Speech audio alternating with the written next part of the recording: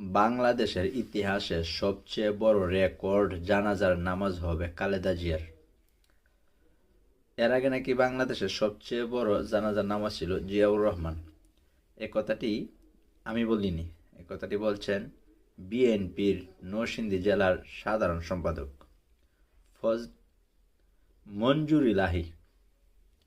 আচ্ছা, চিন্তা করেন, সারা দেশ যেখানে মানে দলমত নির্বিশেষে, বিশেষ করে জামাত শিবিরের ভাইরা খালেদা জিয়ার জন্য দোয়া করেই যাচ্ছে। একের পর এক যত মাহফিল হচ্ছে, যত জনসভা হচ্ছে, সব জায়গায় একই বেগম খালেদা জিয়ার জন্য সবাই দোয়া করছে।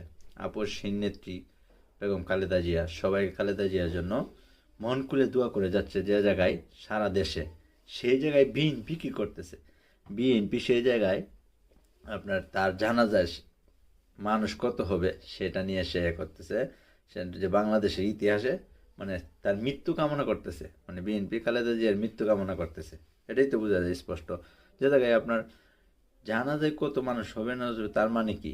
তার মানে মৃত্যু কামনা করতেছে। তা খালেদা জিয়া যতই তাড়াতাড়ি মৃত্যুবরণ করবে ততই তাদের সুবিধা, তারা জানাজার রেকর্ড করবে, বাংলাদেশের ইতিহাসে জানাজার নামাজের রেকর্ড করবে। এটাই হলো তাদের রাজনীতি। তাদের আসলে বিএনপির আসলে কোনো রকম এগুলা আসলে নরসিংদী জেলার আপনার বিএনপির সাধারণ সম্পাদক। আপনি বিষয়টা বুঝতে পারছেন যে এত বড় মাপের একটা জেলার নেতা, সে বিএনপির, আর সেই লোকের এরা নাকি দেশটা চালাবে। এদের দ্বারা কীভাবে দেশটা পরিচালিত হবে, কি হবে দেশের ভবিষ্যৎ, বুঝতে পারছেন?